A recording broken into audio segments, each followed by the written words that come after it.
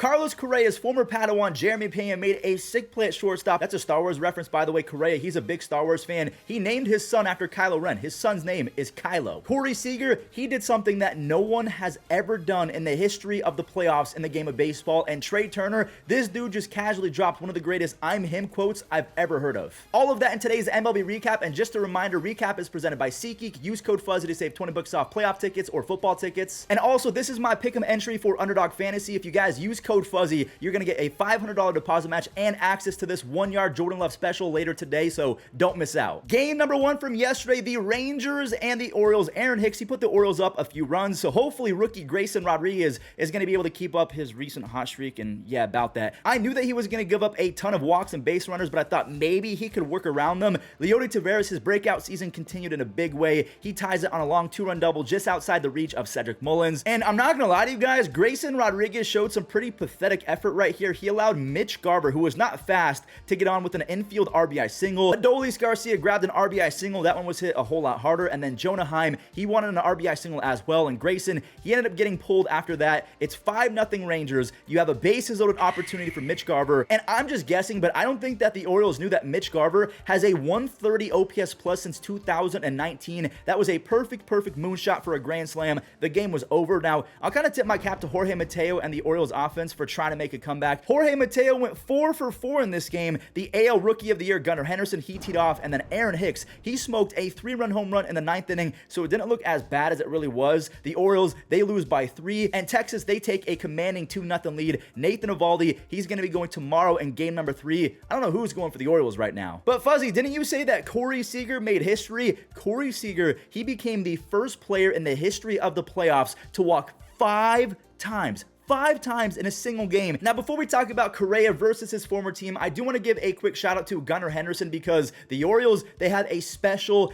young player on their hands. So a couple days ago, Gunnar Henderson, he was thrown out trying to steal second base in the 9th inning. A lot of Orioles fans like, why did we do that? Well, it came out that Aaron Hicks, he missed a hit and run sign. Brandon Hyde, the manager of the Orioles, he admitted this. Gunnar Henderson, after the game, he chose not to throw Aaron Hicks under the bus. He said that it was his own fault and Aaron Hicks had nothing to do with it. So shout out to Gunnar Henderson and also Ali Rutschman. I really love Gunnar Henderson. I love Ali Rutschman. They're going to be faces of the franchise for a long time, and shout out to Gunnar for showing that leadership. So Carlos Correa got booed in the early portion of this game. If you guys missed it, check it out. Ever since he threw the one to Carlos Correa that he hit off the left center field wall, he hasn't thrown a ton, and they haven't been good when he has. I don't quite understand that, but anyways, Carlos Correa, he nearly hit the roof on this swing. He sends a long double to left field for the game's first run, and look at Kyle Farmer, man. So inspirational. Farmer, he sent one to the Crawford boxes, and then Jorge Polanco, he's going to start another rally. Oh, wait, no, he isn't. Jeremy Pena, he made an insane play to rob me of hitting my underdog pick'em yesterday because I said that Grayson was not going to be good and that Polanco was going to have a pretty good day, and I got robbed right there. Should have gone with Correa. He was booed relentlessly by Astros fans, and again, I don't really understand that, but he shut them up real quick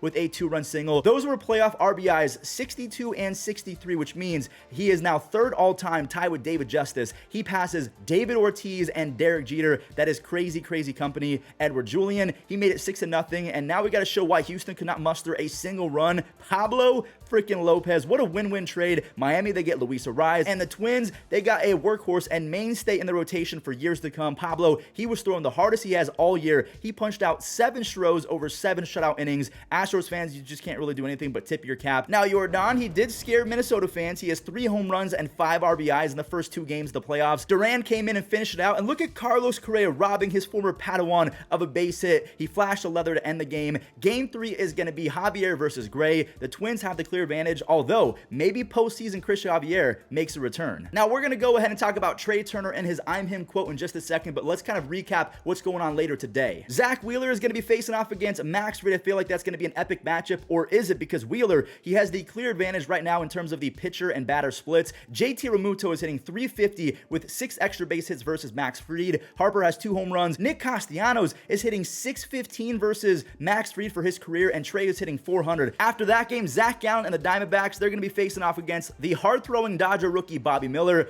and the Diamondbacks, just like the Phillies, have a clear advantage. Betts, he's only hitting .270 versus Zach Gallen, whereas Freddie Freeman, he's hitting .200, and Max Muncy, he's hitting 174. Bobby Miller reminds me a lot of Grayson Rodriguez. He throws a zillion miles an hour, but the walks, they could be an issue. All right, now back to Trey Turner's quotes about stealing bases. He said that he could have more stolen bases, but the Phillies actually held him back. Like, he knows he is so fast. He said out loud, there is not much risk in terms of him stealing bases, and he's not wrong at all. In the regular season, Trey Turner went 30 for 30 in stolen base attempts. He's the first player to ever do that, and for his playoff career, he is a perfect 10 for 10. So he actually isn't wrong. When Trey Turner gets on base and he tries to steal, there's actually no risk. Over the playoffs and the last regular season, he almost never gets thrown out. All right, let's go ahead and do today's immaculate grid. The Astros and the Tigers. Who is that one dude with the long hair? Mike Marisnik or something like that? Jake Marisnik. Wasn't he on both teams? Jake Marisnik, 1%. Okay, so the goal of today's immaculate grid is to try and get every single pick under 10%. The Cardinals and the Tigers, the Cardinals, Johnny Peralta. I feel like Johnny Peralta was on both teams. Don't you dare ruin it.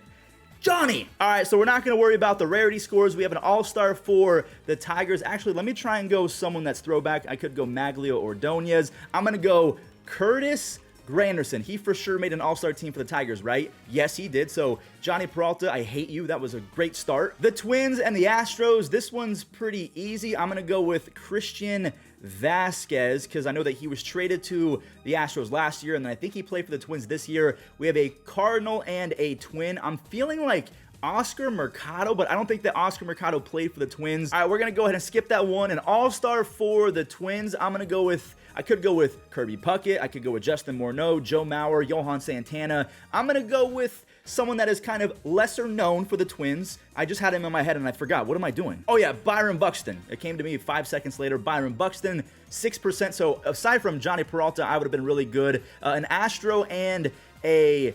Oh, I don't like the fact that I'm going to use this guy's name. Don't look at his name, everyone. Cover your eyes, kids. The Cardinals and the Blue Jays. Cardinals and the Blue Jays. There's got to be a pitcher or a relief pitcher. I'm thinking, did Rick Ankiel ever play for the Blue Jays? I can't remember. An all-star for the Blue Jays. This one's pretty easy. Growing up, he was one of my favorite players to use in this game called the Bigs 2. Vernon Wells. Yo, this would have been one of my better rarity scores ever if Johnny Peralta wasn't such a jerk. Here's a name I'm thinking about for the Blue Jays and the Cardinals. Chris Carpenter, but I don't remember if Chris Carpenter played for the Blue Jays. I'm seeing him, but also I feel like I'm seeing Roy Halladay for some reason. No, actually, that has to be Chris Carpenter. I think that he was on the same squad as Roy, but I could be wrong, but I'm almost 99% positive that Chris Carpenter was on both teams. Oh, the blue-eyed angel himself would have ruined my rarity score as well. 11%, how do you guys remember that? Now I just have to think of a Cardinal and a Twin. This should not be that hard. Who played for both teams? I genuinely think I might get stumped on the Twins and the Cardinals. I mean, because this is an AL team, this is an NL team. Who played for both of them? 6.5 hours later. Again, I'm trying to big brain some of these immaculate grids and think of old school players, but the only person that's coming to my head is Lance Lynn, because I know he was on the Twins, because as a Guardians fan, we had to face him a few times for the White Sox and the Twins, and then I'm pretty sure he started his career for the Cardinals, so the only person I can think of is Lance Lynn, and I feel like this is going to be a big rarity score. Oh, 12%. That wasn't that bad. 62 is solid, but who was the most popular pick for that one? Gary Gaetti. I'm going to date myself, and I have no idea who Gary Gaetti is. All of my older fan base are like, you don't know who Gigi is?